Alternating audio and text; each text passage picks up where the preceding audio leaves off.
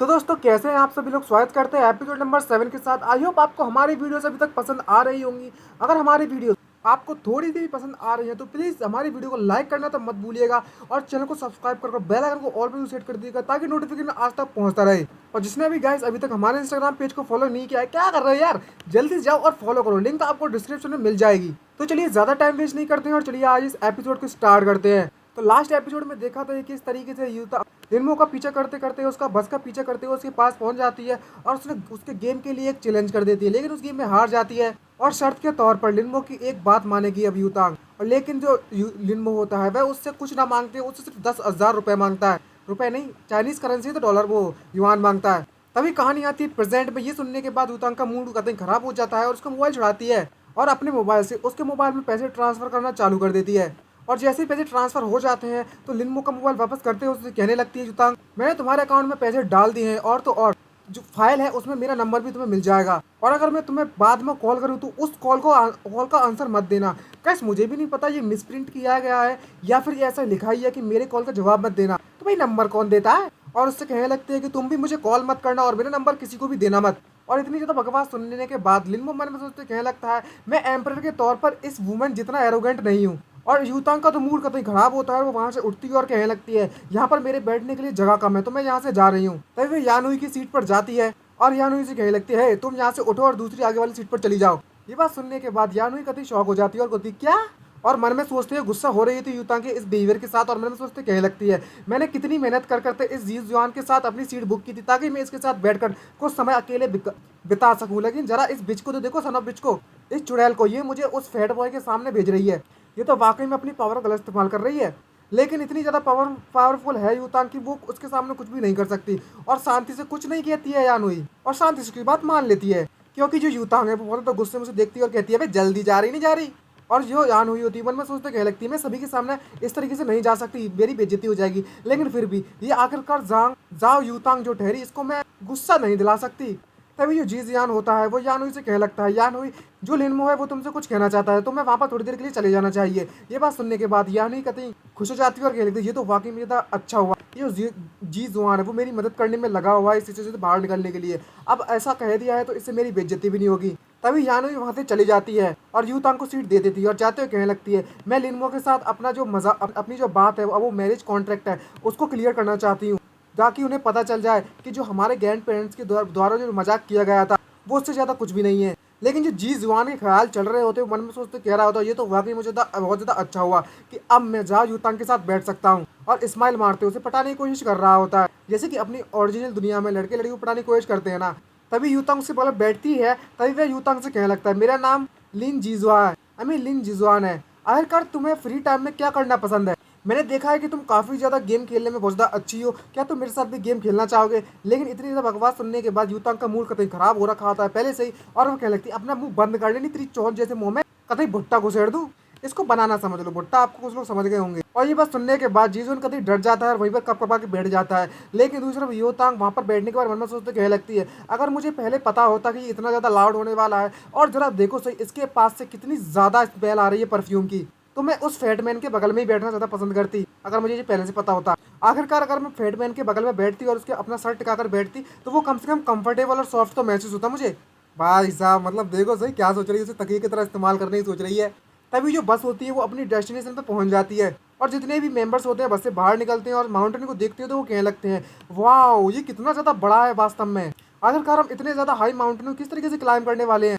तभी एक बंदा जी जवान का दोस्त उसे पूछने लगता है, अपनी सनस्क्रीन मुझे थोड़ा उधार में देना तो सही। भाई साहब अभी सनस्क्रीन की पड़ी हुई है इन लोगों को, खासकर लौंडों को। तभी हमें एक लौंडे को दिखाया जाता है जो उससे एक लड़की आकर बात करने लगती है और वो लौंडा उस लड़की से कह रहा होता है, चलो हम उस माउंटेन के आधे रास्ते तक चलते हैं, ठीक है। तभी एक लड़की आके उसे सपोर्ट करती है उस लड़के को और कहने लगती है, तुम्हें घबराने की जरूरत नहीं है, मैं तुम्हारी मदद करूंगी। गाइस कितने लोग चाहते हैं आपकी भी कोई मदद करे। तो यार अगर अभी आप नहीं चाहते तो कोई बात नहीं, लेकिन जो लोग चाहते हैं यार वो लोग चैनल को सब्सक्राइब और वीडियो को लाइक करना तो मत भूलिएगा। और दूसरी तरफ जो लड़कियों के प्लान होते हैं वो सॉन्ग से कतई, सॉन्ग और उसके दो फ्रेंड है ना, कतई प्लानिंग बना कर आए हैं पहले से ही और मन में सोचते कहने लगते हैं, एक दूसरे को बताते हैं। ये तो वाकई में हमारे लिए बहुत ज़्यादा अच्छा है कि लड़के लोग हमारे साथ आए हुए हैं। एक बार जो आधे रास्ते तक थक जाएंगे तो हम उसे सपोर्ट देते हुए अपने साथ ले जाएंगे और वहाँ पर इनकी सेटिंग वेटिंग हो जाएगी। क्योंकि जो दुनिया है वो रिवर्स है। अपनी दुनिया में लौंडे चाहते हैं ये लोग, लेकिन ये जिस दुनिया में अभी मौजूद है, जिस दुनिया की कहानी चल रही है, वहाँ पर लौंडिया लोग चाहती है ये सब। समझ रहे हो ना कैसे क्या कह रहा हूँ। और मन में सोचते कहते कि हम यहाँ पर सिर्फ खाने के लिए नहीं आए हैं, बल्कि एक दूसरे को सेट करने के लिए भी आए हैं। हमारा प्लान कतई सक्सेस हो गया। तभी सॉन्ग सभी को एक्साइटमेंट से भरती हुई चिल्लाती है और कह लगती है कि सभी लोग तैयार हो जाओ, हमारा समय आ चुका है कि हम लोग ऊपर चढ़े अब। तभी हमें 30 मिनट्स का सीन बाद का सीन दिखाया जाता है। यहाँ पर सभी की हालत इतनी ज़्यादा खराब हो गई होती है थोड़ा सा चढ़ने के बाद। खासकर लड़कों की, लड़कियों को कुछ नहीं हुआ है, वे भी लड़की होते हैं, साले नाक कटा रहे हैं हमारी बेशर्मो। और यही चीज़ जैसा अभी अपन को महसूस हो रहा है ना, वैसा ही लिनमो को महसूस हो रहा होता है। यहाँ पर लड़के नोटिंग करते कह लगते हैं शिट, मेरा पैर बहुत दिख रहा है, अब मैं और तक क्लाइंब नहीं कर सकता। और तभी दूसरा लड़का कहता है मैं भी क्लाइंब नहीं कर रहा। ये बात देखने के बाद लिनमो की सटक जाती है, वो गुस्सा होते क्या लगता है जरा इन लोगों को देखो सही, ये तो मुझसे भी कम फिट है इनकी बॉडी, तो मैं तो कम से कम चल भी सकता हूँ, लेकिन ये लोग तो साला मुझसे भी कम है और मैं यहाँ पर फैट मैन हूँ फिर भी। और इतनी ज़्यादा बेइज्जती सहन करने के बाद लड़कों की लिनमो की कतई छटक जाती है और वो वहाँ से इग्नोर करते हुए चला जाता है और कहने लगता है उन कमीने बास्टर्ड डीमंस को तो मैं देख लेता हूँ, एक बार मेरी स्ट्रेंथ वापस आ जाने दो, उनके पिछवाड़े में इतने लट्टे बचाऊंगा, इतने लट्टे बचाऊंगा, सालों के पिछवाड़े में बड़े बड़े छेद कर दूँ। तभी वहाँ पर हमें उस लौंडे को दिखाया था जिससे वो लड़की सेटिंग करने में लगी हुई थी। तभी वो लड़का भी काफ़ी थक जाता है, उसका चेहरा तो टोटली लाल पड़ा होता है। एक लड़की आकर उससे पूछ लगती है लीना, मैं तुम्हारी मदद करना चाहती हूँ तुम्हारे सामान वगैरह और तुम्हें उठाकर ले जाने में। दूसरे बंदे से बातें कर रहे होते हैं। तभी जो दो लौंडे लोग, लौंडे लौंडे दो लड़के लड़कियां वो पहले देखा था अभी कुछ देर पहले, वो आपस में सेट करने में लगे हुए थे। वहाँ पर वो लड़की आकर उस लड़के से कहने लगती है जियाओमिंग मैं तुम्हारी मदद करती हूँ अगर तुम थक चुकी हो और अब तुम आगे ज़्यादा नहीं जा सकते तो। और दूसरा हमें सॉन्ग को दिखाया जाता है जो कि लिनमो को देखने में लगी हुई होती है और कह रही होती है क्या यहाँ पर कोई भी ऐसा बंदा नहीं है जो लिनमो के साथ उसका साथ दे, और कोई भी उसकी परवाह नहीं करने में लगा हुआ। ये वाकई में सच है, सच। और ये वाकई में बहुत ज़्यादा बुरा है कि मैं उसकी मदद नहीं कर सकती और उसका ख्याल नहीं रख सकती। और अगर मैंने ऐसा किया तो सभी लोग सोचेंगे कि मेरा टेस्ट वाकई में बहुत ज़्यादा ख़राब है और मेरी बेइज्जती करेंगे और कुछ नहीं। और हमें फिर से 30 मिनट के बाद का सीन दिखाया जाता है यहाँ पर लिनमो चढ़ने में लगा हुआ है अपनी दम पर, और वो भी काफ़ी ज़्यादा थक चुका है इस समय पर। और लिनमो की भी हालत कितनी ख़राब हो गई होती है और मन में सोचते क्या लगता है कि अब मैं और तो नहीं चढ़ सकता। मुझे पता है कि मेरी बॉडी की जो रेजिस्टेंस है वो सबसे ज़्यादा कम है इन सभी के सभी लोगों में से, लेकिन जरा इन डेविल मैन के नौटंकी देखो कितनी नौटंकी करने में लगे हुए थे। और सच असलियत में ये लोग तो काफ़ी ज़्यादा फिजिकली फिट है। मतलब इस कुछ समय पहले जो नौटंकी कर रहे थे ताकि लौंडियों के साथ जा सके, अरे दोनों की तरफ टर्की को रखे जा तो, लेकिन लड़कियों का लड़कीपन भाई इधर ज़्यादा है भाई। समझ गए ना। अगर आप भी चाहते हो कि आपके साथ कुछ इलू इलू हो तो गैस दबा दो लाइक बटन और सब्सक्राइब कर दो यार। और सॉन्ग लिनमो को इस तरह से देखते हुए मन में सोचते कहने लगती है लिनमो की हालत तो वाकई में बहुत ज़्यादा खराब हो गई है। आखिरकार लिनमो मैं ही तो थी जो लिनमो को यहाँ पर इस ट्रिप पर लेकर आई हूँ, तो मैं इसे अकेला यहाँ पर नहीं छोड़ सकती बिना कुछ किए हुए। तभी सॉन्ग लिनमो के पास आती है और उसे पूछने लगती है लिनमो क्या तुम्हें मेरी मदद की ज़रूरत है, लेकिन लिनमो तो साफ साफ मना कर देता है और कहने लगता है तुम आगे जा सकती हो, मैं धीरे धीरे करके अपने दम पर इस माउंटेन को क्लाइंब कर लूँगा। और वो बिना मदद लिए उसकी वहाँ पर चढ़ना चालू कर देता है और कहने लगता है मैं अभी भी जा सकता हूँ। भाई ये है मर्द, असली मर्द तो ये है। और मन में सोचते कहने लगता है जाते हो कि ये थकान तो मेरे लिए कुछ भी नहीं है, मैंने एम्परर बनने के लिए इतना ज़्यादा ट्रिब्यूलेशन का सामना किया है ना जिसकी तो ये मॉर्टल्स लोग हैं ना वो इमेजिन भी नहीं कर सकते, कल्पना भी नहीं कर सकते। और वो बिना मदद के फिर से चढ़ना चालू कर देता है। लेकिन दूसरी तरफ सॉन्ग इस तरीके से उसे इतना ज़्यादा मेहनत करते हुए देखती है और कहने लगती है मन में सोचते हुए तुमने ज़रूर ही यान हुई को लिन जियान के पास ज़्यादा देख लिया होगा, इसलिए तुम्हारा दिल बहुत ज़्यादा दुख रहा होगा और इसलिए तुम अपने आप को इतनी ज़्यादा चोट पहुँचा रहे हो। आखिरकार तुम्हें ये सब करने की क्या ज़रूरत है। भाई साहब गलत फहमी हो रखी है तुम्हें, वो हमारा एम्पर है एम्पर। तभी सॉन्ग वहाँ से चली जाती है और उस लिनमो से कहने लगती है अच्छा तो ठीक है मैं पहले यहाँ से चली जाती हूँ, अगर तुम्हें किसी भी चीज़ की ज़रूरत पड़े या मेरी मदद की जरूरत पड़े तो मुझे कॉल कर देना। और लिनमो भी इस बात से एग्री हो जाता है। और तभी लिनमो वहाँ से जा रहा होता है तभी लड़की दो लड़कियाँ आराम कर रही होती क्योंकि वो थक चुकी होती है। और वो लिनमो को जाते हुए देखती है और कहने लगती है वाह इस लौंडे को देखो तो सही, ये 2/3 कम से कम 75% तक इसने माउंटेन को क्लाइंब कर लिया है, ये फैट गया तो वाकई बहुत ज़्यादा स्ट्रॉन्ग है। तभी हमें दूसरे लड़कों को दिखाया जाता है जो कि थक हार कर बैठ गए होते और कहने लगते हैं मैंने तुमसे कहा था कि हमें यहाँ पर नहीं आना चाहिए। तभी दूसरा लड़का कहता है मैं बहुत ज़्यादा थक चुका हूँ, क्या हमें वापस जाना चाहिए।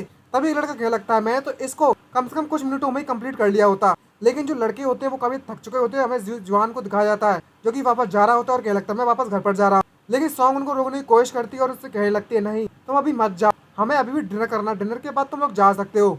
तभी वहाँ पर वो लड़की आती है और कहने लगती है लिनमो तुम तो वाकई में तो अमेजिंग हो तो जो तुम अकेले अपने दम पर यहाँ पर तक पहुँच पाए हो। तभी एक लड़की अगर उससे कहने लगती है तुम तो वाकई में काफ़ी ज़्यादा डिफरेंट हो उन बेकार से और स्टबर्न गाय से ज़्यादा। बेकार वो लोग बहुत ज़्यादा नौटंकी करते हैं ससुरे। तभी सॉन्ग उससे कहने लगते हैं ये सब बहुत हुआ, ये माउंटेन बहुत ज़्यादा हाई है, तो सभी लोग थक चुके हैं। सब लोग चलते हैं रेस्टोरेंट में, थोड़ा आराम करते हैं, खाना पीना खाते हैं और सारा का सारा जो बिल है वो मैं दूंगी। तभी लिन उनसे मना कर देते और क्या लगता है तुम लोग जा सकते हो, मैं यहाँ पर ऊपर चढ़कर वहाँ का नज़ारा का आनंद लेना चाहता हूँ। तभी सॉन्ग चलाना चालू कर देती है और कहने लगती है लिनमो से, तुम अभी भी यहाँ पर बहादुर बनने की कोशिश करने चाहते हो क्या, तुम मरना चाहते हो क्या वहाँ पर। तभी एक लड़का दूसरा लड़का उससे कहने लगता है, अगर ये क्लाइम करना चाहता है तो करने दो ना, इसे अकेला छोड़ दो। और यानवी भी उसको रोकने लगती है सॉन्ग को और कहती है तुम चलो। तभी 10 मिनट के बाद का सीन दिखाया जाता है जहाँ पर लिनमो ने फाइनली उस माउंटेन को क्लाइम कर लिया है और देखता है कि खुद टॉप पर पहुंच चुका है इस माउंटेन के, और वहाँ पर एक श्राइन टाइप का बना है बैठने के लिए। और उसके टॉप पर हमें युतांग को दिखाया जाता है जो कि कह रही होती है, वाओ इस फैटमैन तो सच में यहाँ पर ऊपर आ चुका है ये फैटमैन, मैंने तो इस बात की उम्मीद भी ना की थी और शौक होती ही देखने के बाद। और मन में सोचते कहने लगती है ये वाकई में इसके लिए बहुत ज़्यादा सैड है और बहुत ज़्यादा बुरा है कि इसके जो साथी थे वो लोग पहले ही क्राइम करके वापस जा चुके हैं, ये काफ़ी से स्लो आया है, अब यहाँ पर इसे अकेले ही रहना पड़ेगा। एक बेवकूफ़ जो अकेला उस माउंटेन के टॉप पर चढ़ता है वो हमेशा बेवकूफ़ ही रहेगा, और वो भी अकेला बेवकूफ़। और तो और मुझे इस बात का भी डर है कि सभी लोगों के सामने ये अपने आप को बेवकूफ़ बनाते हुए आ रहा है। तभी हमें लिनमो को दिखाया जाता है फालतू में इन सब पे ध्यान नहीं देता और अपने जाकर उस टॉप पर खड़ा हो जाता है और महसूस करता है कि वहाँ पर स्पिरिचुअल एनर्जी से महसूस हो रही है। और वहाँ पर आनंद लेते हुए कहने लगता है कि मुझे पता था इस माउंटेन के टॉप पर काफ़ी ज़्यादा मात्रा में स्पिरिचुअल क्यों है, मुझे पता है जितना मैंने सोचा था ये उतनी तो नहीं है मेरे ओपिनियन में, लेकिन मैं यहाँ पर ट्रेन करना तो स्टार्ट कर ही सकता हूँ एटलीस्ट।